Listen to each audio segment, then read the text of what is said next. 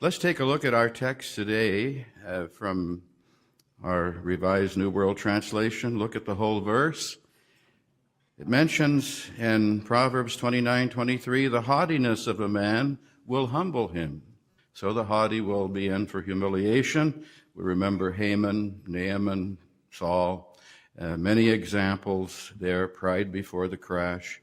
And then we have the point made here, but whoever is humble in spirit, they have the disposition of humility, will obtain glory. Now, obviously, we'll talk about humility, as many of our panel certainly did.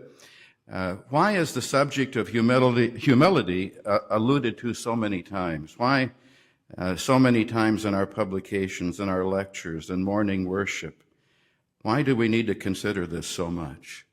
Well, it's because sinful humans have that imperfect slant to just lean toward the feeling of self-importance, the feeling of superiority, because perhaps beauty, race, rank, talents, or wealth. There's an old country song that had these lines, "Oh Lord, it's hard to be humble when you're perfect in every way. I can't wait to look in the mirror because I get better looking each day." And it goes on and gets a lot worse. We have the tendency to think of ourselves as perfect. We become legends in our own minds. We become above it all. And this is the tendency of imperfect humans. Pride grows like weeds. Humility has to be cultivated and maintained. What does humility mean? Well, one Hebrew word is translated the idea of humble yourself, which means literally stamp yourself down. Don't put yourself on high. In the Greek scriptures, the word tapinophrosini is translated humility, lowliness of mind. And it has a couple of words involved with it that indicates make low the mind, not be high-minded. In Latin, we have the word humus, earth, ground.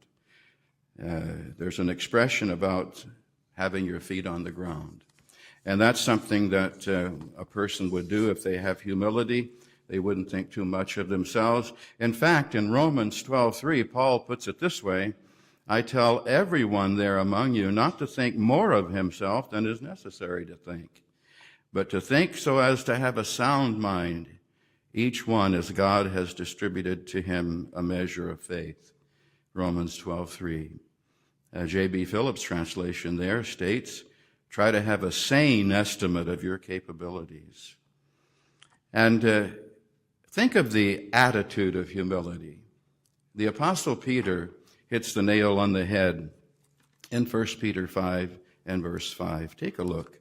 1 Peter 5 and verse 5.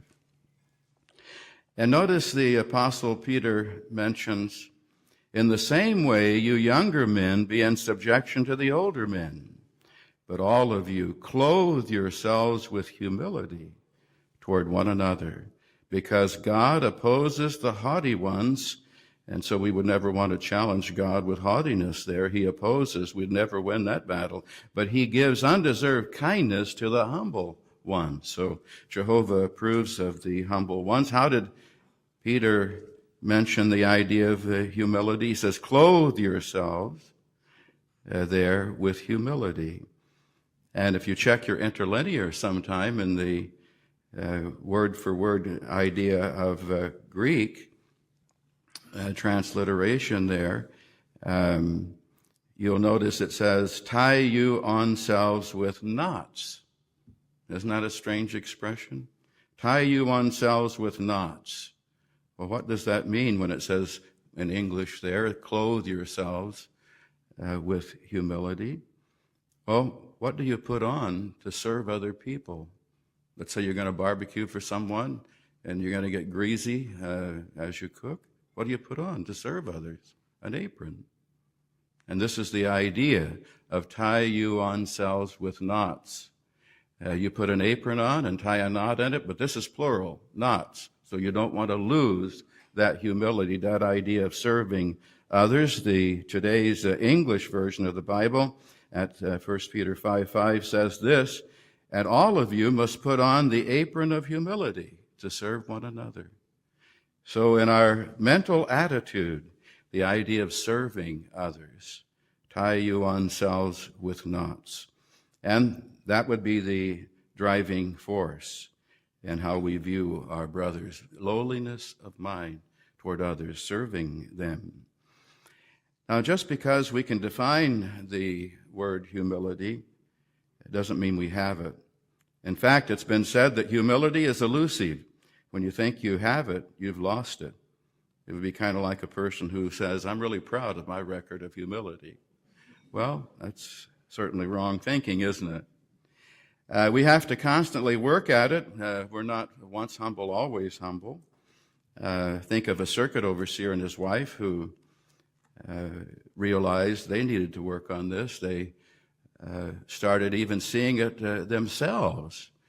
As they were out in service, they would use the word I a lot. When somebody would tell an experience, they would top it with a better experience. When somebody asked a question to the car group, they automatically began to answer rather than let others enjoy an answer, sharing. So they began to think, we've got to do something about this. So in their little family worship evening, they decided they would get a little horn from a toy store, little toy trumpet.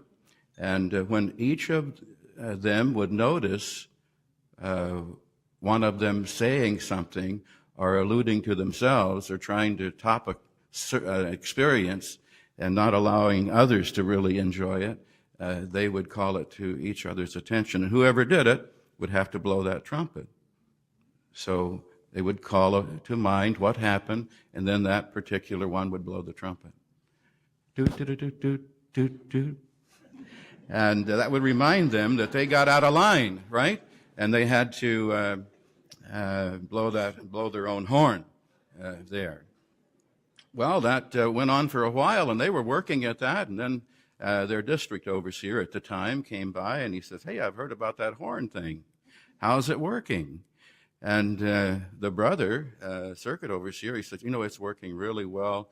It's reminded us many times of how we need to let others be involved and try to draw attention to others rather than ourselves. In fact, I'm thinking of how beneficial it is. I haven't had to blow the trumpet. Let's see, it's been a month. I haven't had to blow that trumpet.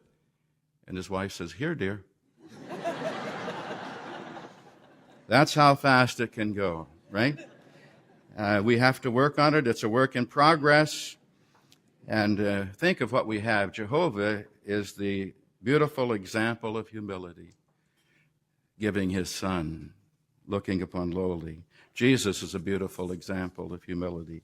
Glory is what we receive. It's privileges in Jehovah's organization if we're humble in the fashion of Jehovah and his son.